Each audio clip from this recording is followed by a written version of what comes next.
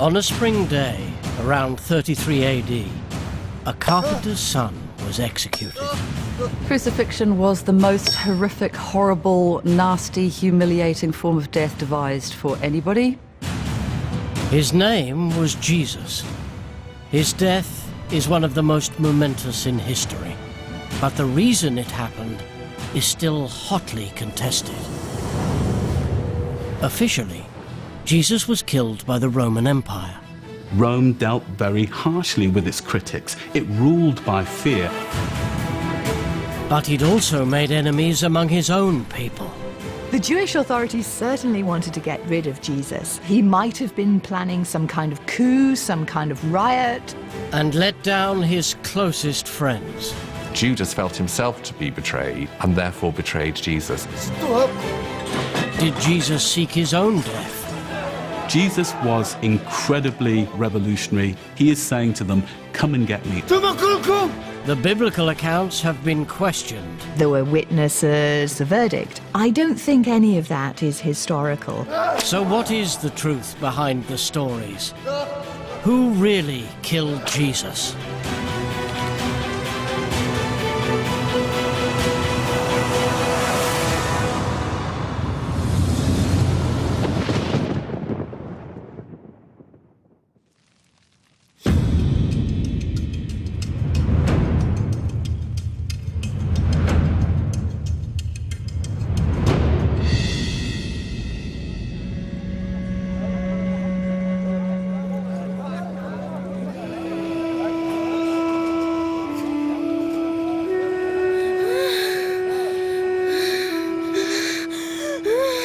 In a village called Capernaum, in rural Galilee, around the year 33 AD, Jesus of Nazareth was wrestling with the devil. A preacher and a healer, he had a growing reputation as an exorcist. One of the surest things we know about Jesus is that he was a miracle worker. Those that are hostile to him, in their interpretation, they see him as a sorcerer. So they think he's colluding with the black arts. He's some kind of magician. We see Jesus laying hands on people and casting spirits out. We see Jesus literally wrestling with these demons in order to dispel them. There's even the story that he's healing with the power of Beelzebub, you know, this demon. It would make him someone who was liable to the death penalty for practicing magic. But the cure, we are told, worked.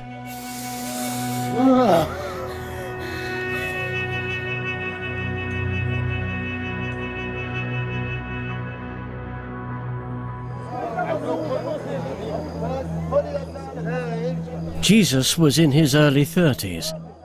He had once worked as a carpenter, but was now touring the villages of Galilee, teaching and healing.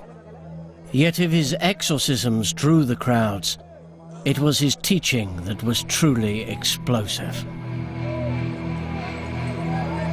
People were coming to him and being healed of sicknesses and demon possession, and that's probably what gathered the crowds originally. And then once he'd got the crowds, he was telling them about the message that he had, this vision he had of what society would be like in the great kingdom.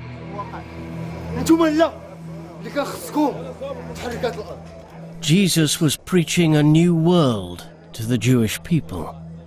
Known as the Kingdom of God, it would sweep away corrupt rulers and replace them with God's dominion here on earth. It's the world as it should be. It's the world without divisions, without all the difficulties that humans put in the face of other humans. Jesus' followers believed he was the Messiah, here to lead the people to this better existence, as predicted in ancient scripture.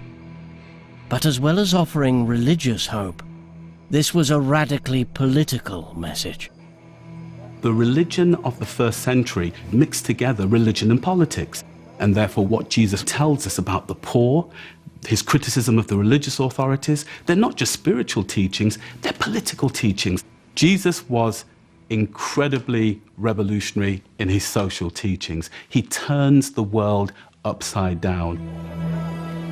As if to proclaim his subversive teachings, Jesus mixed not with priests, but with the dregs of society.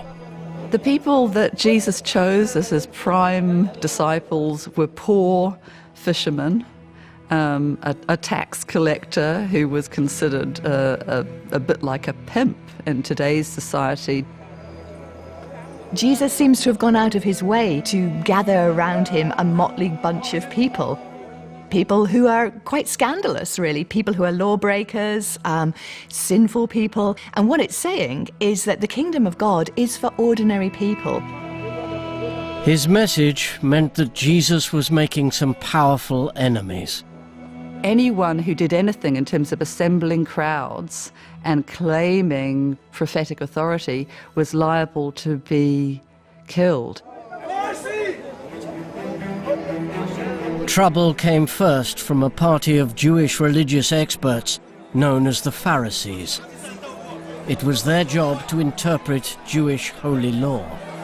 Jesus understood these people to be corrupt. They'd forgotten the essence of the law. They practiced the letter rather than understanding what it actually meant at its heart. And also because they were financially corrupt. The Pharisees saw Jesus as a deliberate challenge to their influence. They were the ones telling people God's will. And suddenly, here's this, nobody. He just pops up from some Galilean village. And he's telling them what's what in the religious sphere.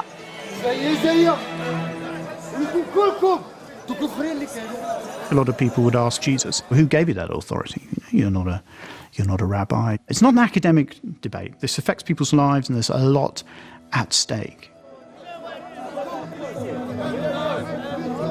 But there was another, even more dangerous authority his teachings would provoke. First century Palestine was occupied by a colonial force, which was Rome, and therefore Rome considered itself to be the authority, the power, the kingdom. So anyone else who preached an alternative kingdom with an alternative authority apart from Caesar was challenging Rome. Jesus said, if you're going to trample over the poor, if you're going to be completely blasé and self-seeking, then it's coming for you.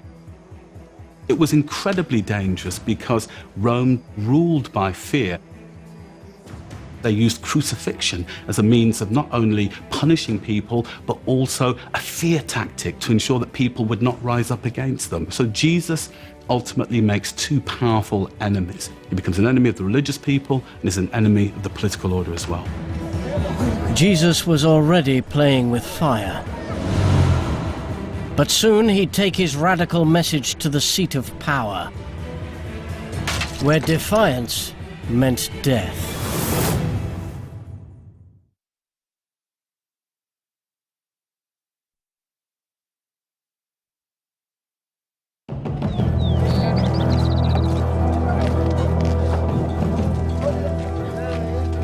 In Galilee, Jesus' religious movement had been gaining momentum. Crowds had flocked, and the disciples had left their families to follow him. But Jesus wanted to spread his message to the whole Jewish people. He now made a momentous decision. His motives are still debated. The moment he says, I'm going to go to Jerusalem, you get the sense in the Gospel of Mark, well, oh no, this is it. He's going to go to Jerusalem to die. I don't think that when Jesus turned his face to Jerusalem, he was specifically expecting to die. People from all over the empire, Jews from everywhere, would have converged on the city. And so that was a natural place, I think, a next move after he'd gone around Galilee. Disagreements over why Jesus went to Jerusalem reveal the controversy at the heart of his story. The major sources are the 4 Gospel accounts in the Bible, but there is debate over their reliability. One of the difficulties in trying to work out who the historical Jesus was is the fact that we have 4 different accounts of him in the Christian Gospels. So they're very useful in that they're not written all that long after the life of Jesus, maybe 40, 50, 60 years. But the difficulty is that they're all written by Christians. People who now believe that Jesus is the Christ, the Son of God. People will say, oh, but they're biased. And the answer is actually all history is biased. All history is told from somebody's point of view. We can know quite a lot about Jesus because unless you have something very solid there, which looks pretty much like the portrait in the Gospels, it's actually impossible to explain how these traditions would arise. Despite disagreements over the accuracy of the Gospels, the main stages of Jesus' life are widely agreed. And the next stage was Jerusalem. It is the end game. It's the point at which he is going to confront the power structures of the day, the temple and the Roman authorities. This is it. It is kingdom of God or bust.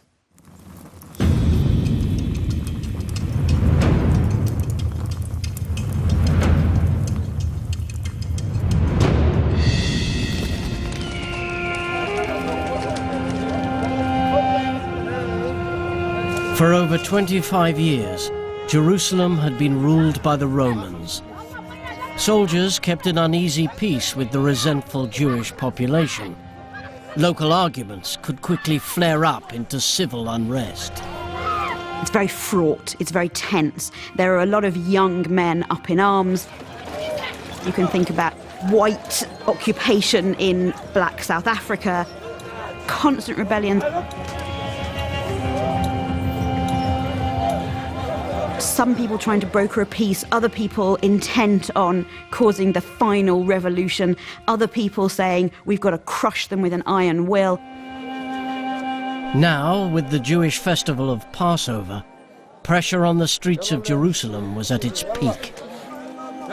Jews were celebrating the time when, centuries before, they had been liberated from oppression in Egypt.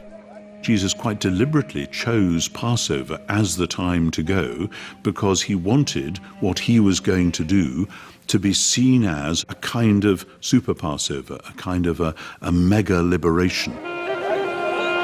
The Jews' new oppressors, the Romans, were nervous.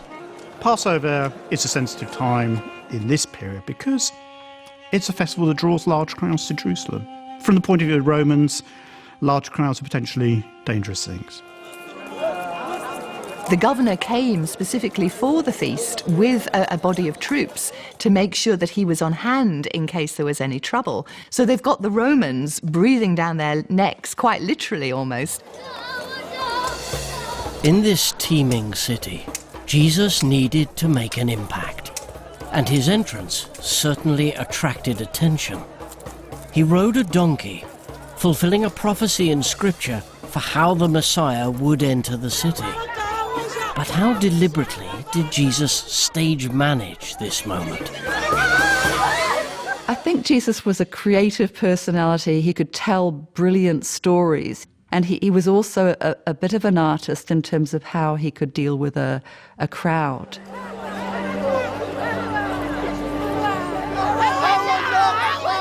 The story of the triumphal entry is often presented as if this is a character who deliberately manages his entrance. But they were probably not a very large number of people, quite easily lost in a crowd and an incident that may not have really been much consequence to most people who were in Jerusalem. In a sense, it's stage managed. That's how people do things. They act symbolically in a way which resonates out into a culture which is ready to pick up those symbolic meanings. Jesus is determined to do things which say, this is the time, this is the moment. But getting that message out was to prove difficult. Making things worse were other teachers fighting for the attention of the holiday crowds. Jesus had to shake up the whole city. So he headed for what was for Jews the holiest place on earth.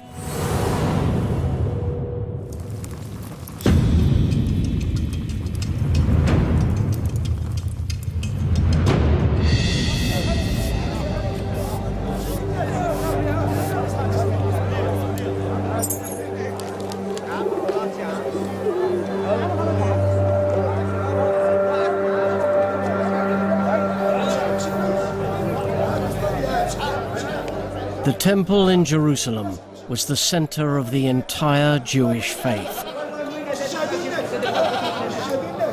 The vast temple precincts were filled with pilgrims, many buying animals for holy sacrifice.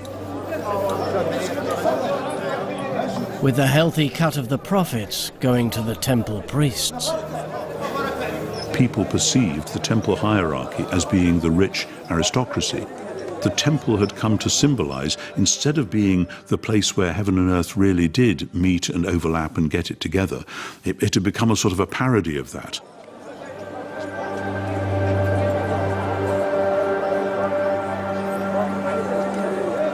A wrong view of who God's people were, and Jesus believed that he was in touch with the true view of who God's people were, so it was time for a confrontation. The attack was sudden and violent.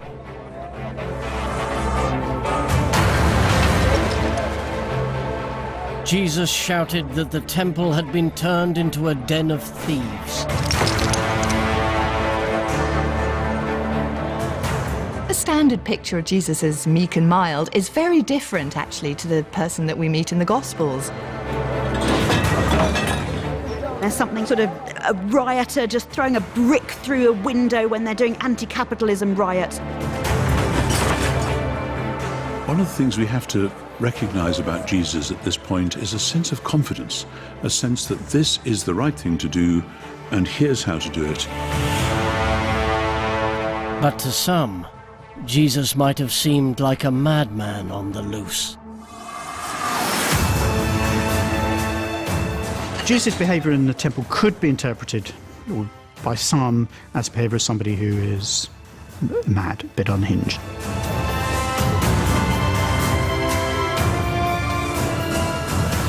This is the kind of madness that is dangerous. This is the sort of person who appears reasonable and in his own mind one minute and then can become physically dangerous the next.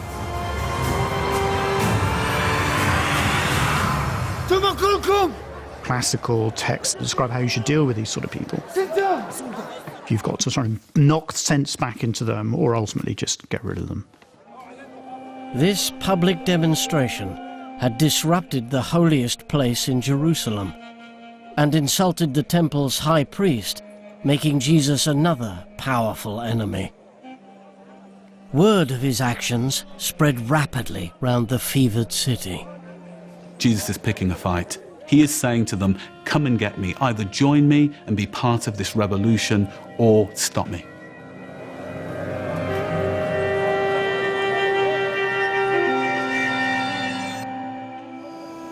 But if they could no longer ignore Jesus, the authorities faced a challenge. The public nature of his actions gave Jesus protection. They don't immediately come and get him because they're afraid of the crowds who support Jesus. They feel they can't arrest Jesus in public. They're looking for some way of getting him in secret. The authorities had to get closer to the firebrand preacher. They needed someone on the inside.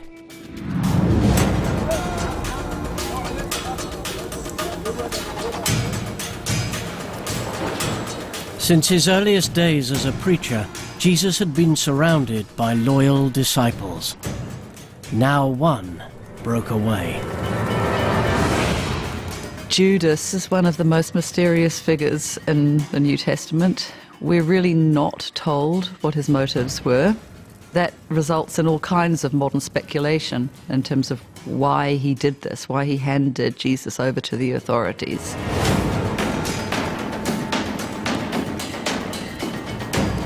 The New Testament tells how Judas went in secret to the temple priests and revealed Jesus' whereabouts. He received payment. In one of the Gospels, the sum is given as 30 pieces of silver. But could Judas have been motivated by something other than greed?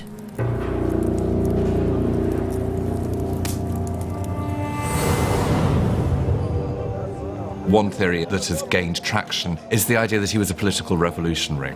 So Judas joins this kind of band of apostles because he thinks that Jesus is going to be Che Guevara. He's going to cause a riot, there's going to be a revolution, a bit like an Arab Spring almost, that he leads this thing forward. And progressively over those last days, Judas thinks, actually, he's not a political revolutionary. He saw that as a betrayal, so Judas felt himself to be betrayed and therefore betrayed Jesus. Perhaps Judas just simply became disillusioned with Jesus' message. Perhaps he even thought that by betraying Jesus, something would happen. Some think it's time for a reappraisal of the great betrayer. When I look at the 12 apostles who are meant to represent us, they're all sort of cardboard cutouts in a way. Judas is the one who feels kind of flesh and blood like us. I think Judas has been completely unfairly treated. I completely empathise with him. I think that for people who want to see faith transform the world in a positive way, in terms of love, bringing people together, then it's very easy to get disappointed like Judas did and feel that you should give up. Whether Judas was a greedy traitor or a disappointed radical, the authorities had what they needed. Within a day, Jesus would be dead.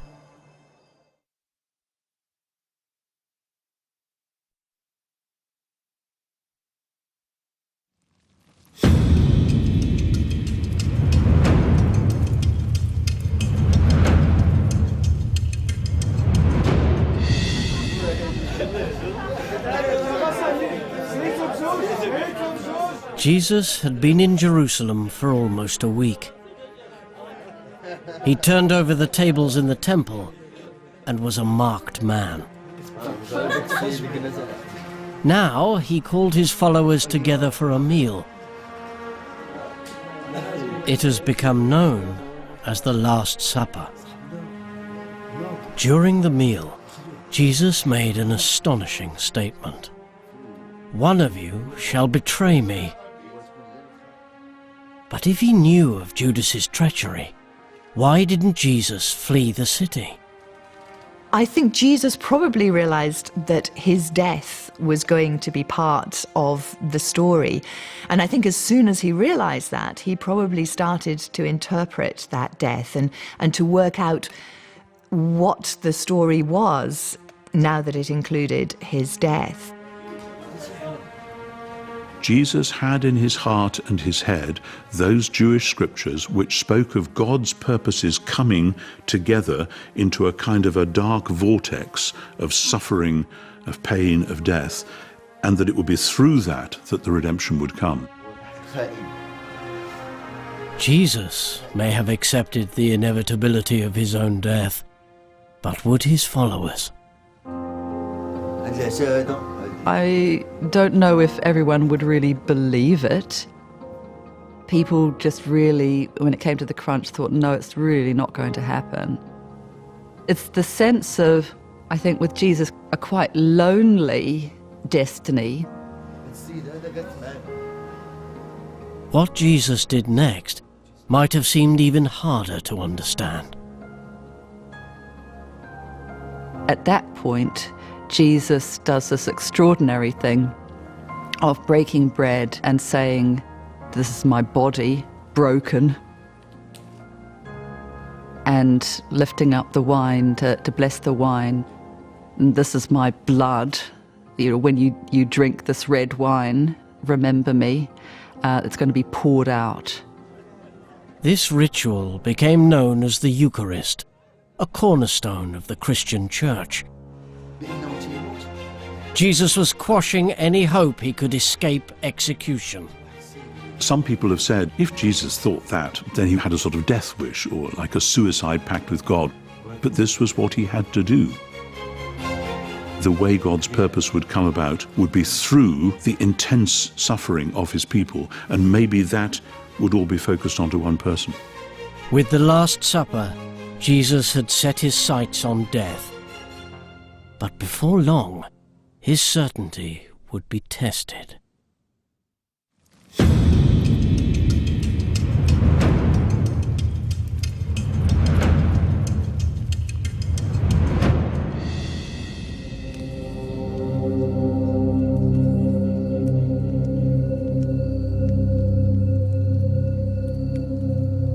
Jesus now took his followers to a place known as Gethsemane to make camp for the night. Here he broke from the group and prayed alone.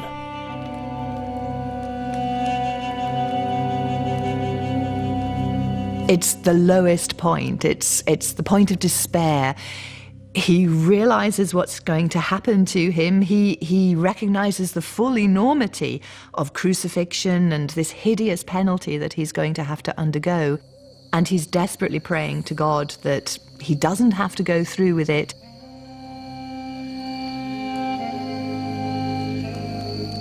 And so we get the sense of the human Jesus really as a person, as an ego, like anybody, just, I don't want to die, I don't want to do this. Believing that you have a vocation to die, to be the one upon whom this strange, dark destiny somehow lands, that is naturally humanly terrifying.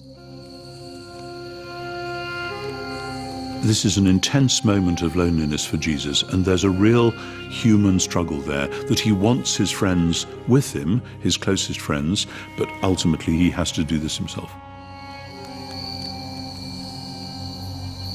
After Jesus finished praying, lights started to appear out of the darkness.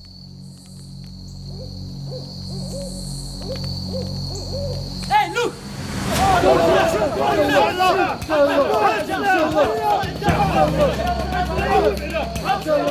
Armed men surrounded the disciples, led by Judas.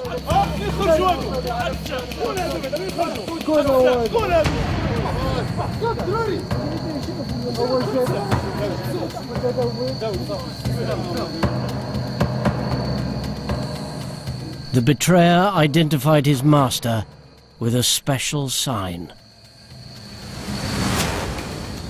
He does this thing that's supposed to show his love for Jesus, and it actually betrays him. One of those 12 people that he chose who did the most intimate thing, you know, the Last Supper, they had all those experiences together, he could still betray him with a kiss. It's extraordinarily powerful. There could have been many ways that he could have been arrested, but perhaps that's the hardest way it could have happened. Both a sense of the inevitable, that this had to happen, but also a sense of just terrible disappointment that it should happen as a result of one of his closest disciples. Jesus' followers scattered and hid, fearing for their lives. In Matthew's Gospel, Judas was soon racked with guilt and hanged himself. But the damage was done.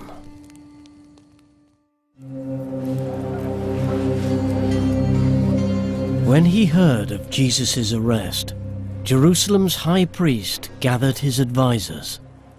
They would be terribly afraid of Jesus' movement spreading, crowds getting more excited, crowds getting out of control.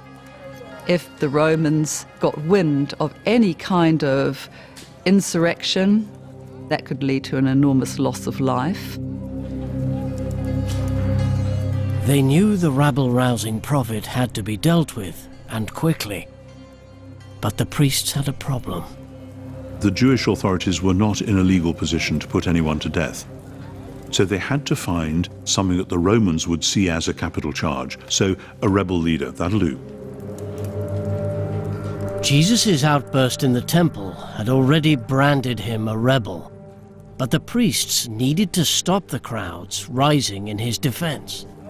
They want to present the Jewish people, many of whom they know will be on Jesus' side, they want to present to the Jewish people the fact that he's a blasphemer. In the Gospels, Jesus was asked a loaded question. The high priest specifically asks him, "Are you the Christ, the Son of the Blessed?" At which point he says, "Yes, I am." The high priest seized on the answer as blasphemy and a reason to hand Jesus over to the Romans for execution. This trial is a critical moment in the story. Yet the way it's presented in the Gospels has been questioned.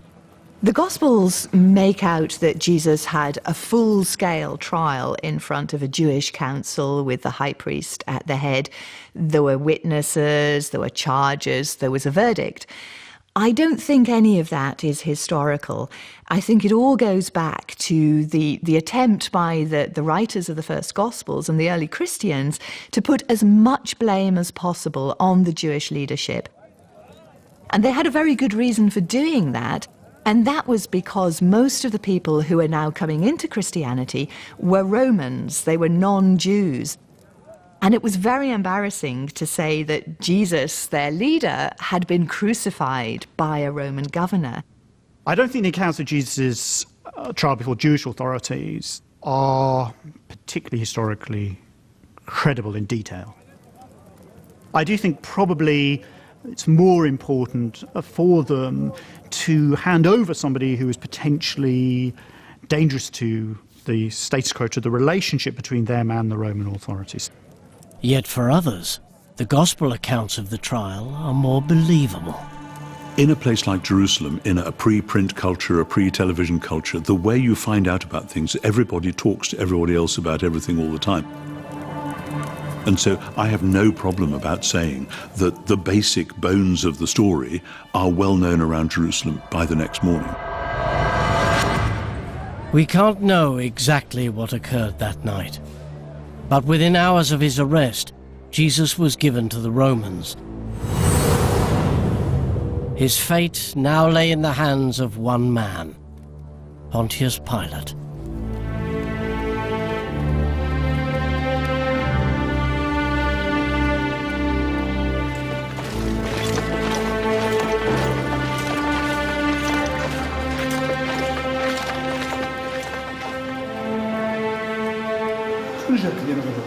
Pilate governed the region in the name of Rome.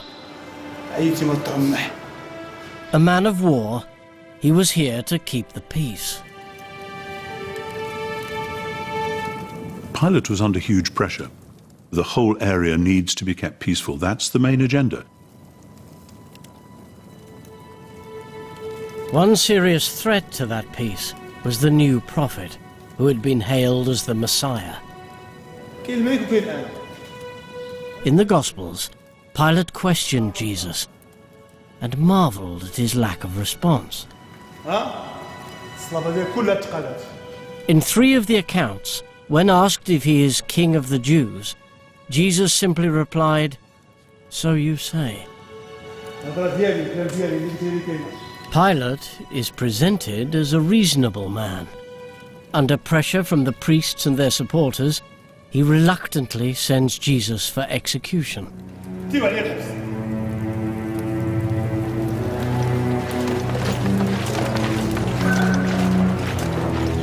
In Matthew's Gospel, he literally washes his hands of the whole affair. But is the Gospel account of Pilate the truth? I don't actually know where this weird idea that Pontius Pilate was some sort of, innocent, I wash my hands of it type figure. If we look at the historical evidence around Pontius Pilate, we know that, for example, he developed a rather brilliant technique where he would send plainclothes soldiers in amongst the crowd with concealed daggers underneath their cloaks. And as a signal for him, they would pull them out and just slaughter people in the street. This was to breed fear, to breed terror in the people. That is Pontius Pilate. The authors of the Gospels had good reason to present Pilate in a generous light. The story of Pilate as the reluctant executioner, I think, is part of the early Christian attempt to put some distance between Pilate and the crucifixion. This is all part of the Christian attempt to put as much blame as possible onto the shoulders of the Jews and to say that it wasn't really Rome. But it just doesn't really square with the picture that we have of Pilate from other sources. Other sources suggest that he wouldn't have thought twice about crucifying somebody, particularly somebody that the chief priests had flagged up as being a dangerous rabble-rouser. Debate continues over the encounter, but the result is in no doubt. Jesus was sent for crucifixion. But was this really the ending he had planned?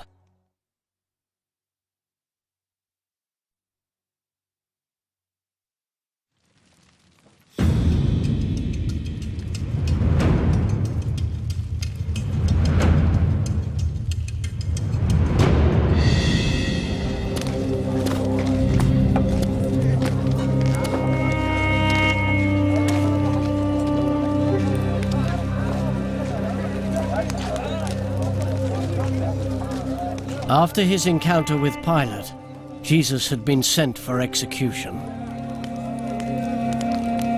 To frighten other potential rebels, his death was to be slow and agonizing. The Gospels describe how first he was whipped. The humiliation of that suffering of being stripped naked and whipped, flayed.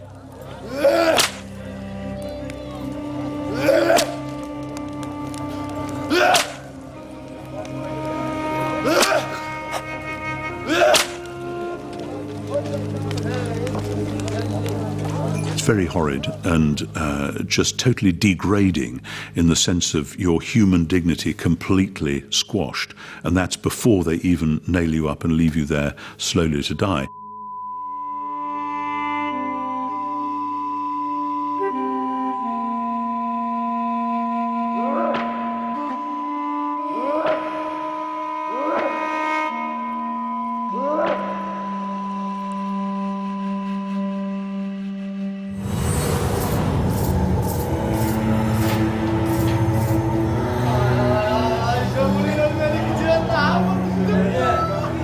The idea that Jesus was a king was then brutally mocked. Soldiers dressed him in a robe of royal purple and placed a crown of thorns on his head. Jesus was executed on the charge of being king of the Jews, and so of course the Roman soldiers are going to have a great deal of fun with that one. You know, what kind of king are you? Jesus was made to walk to his execution, carrying his own crossbeam. His destination was a location outside the city known as Golgotha, or Place of the Skull.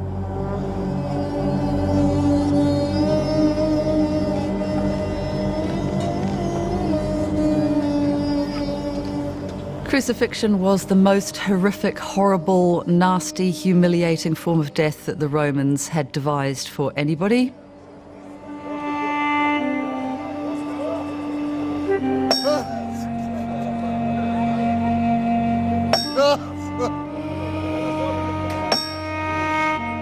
His death would brand Jesus a common criminal. It was the death of choice for the runaway slave, for the rebel leader. It's mocking the figure of Jesus because what kind of king would end up on a cross? I mean, even the form of death is one associated with the lowest of the low, the poorest of the poor. Jesus had defied the structures of power. Now they used him to show where defiance would end up. Here, at this final moment, Jesus appeared to be plunged into despair. In both Matthew and Mark, we have this so-called cry of dereliction, which is a quote from a psalm. "My God, why did you abandon me?" And some people say, oh, he can't really have meant that. It's just quoting the psalm because it's a prayer. Actually, I think that's who Jesus was at that moment. And actually that's the moment when, for many Christians looking at Jesus, that sense that he's gone into the utter darkness is actually the heart of the whole thing.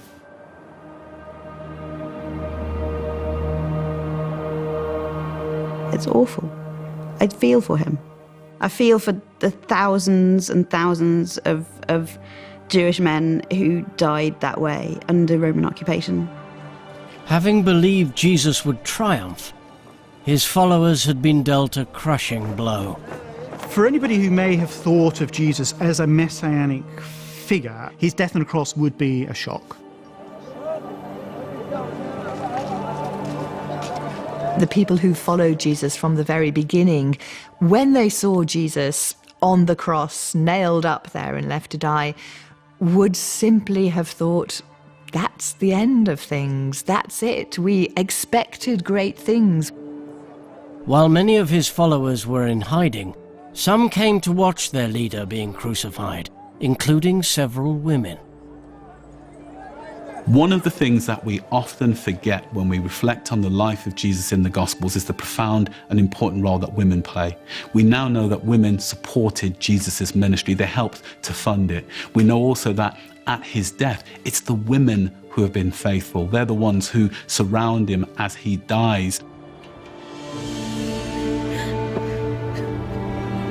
The women would not be regarded by the Romans as a threat, but though that is in a sense company, it's also deeply distressing because Jesus would see their distress. And it's not just the human distress, it's the failure of hope. We have pinned all our hopes on this man, and now look what's happened. Asphyxiating slowly, crucified victims could take days to expire. But after the savagery of his treatment, Jesus died that same afternoon. His last days seemed to have ended in humiliation and defeat.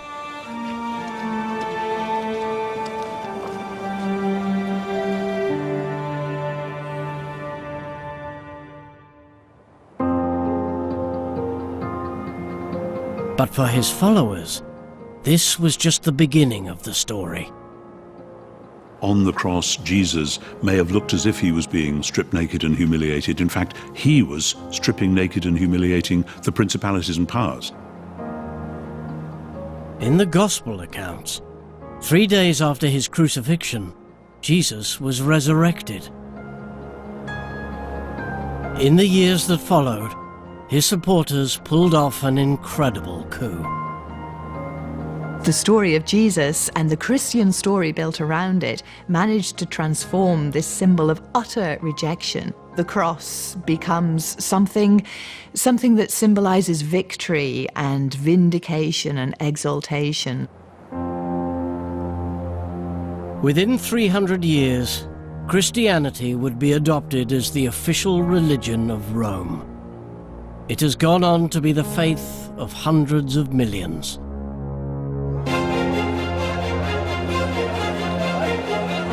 From the beginning, Jesus had lived dangerously. He collected enemies, from the highest powers to his closest friends. And he knew where his actions would lead. Jesus goes to the cross willingly.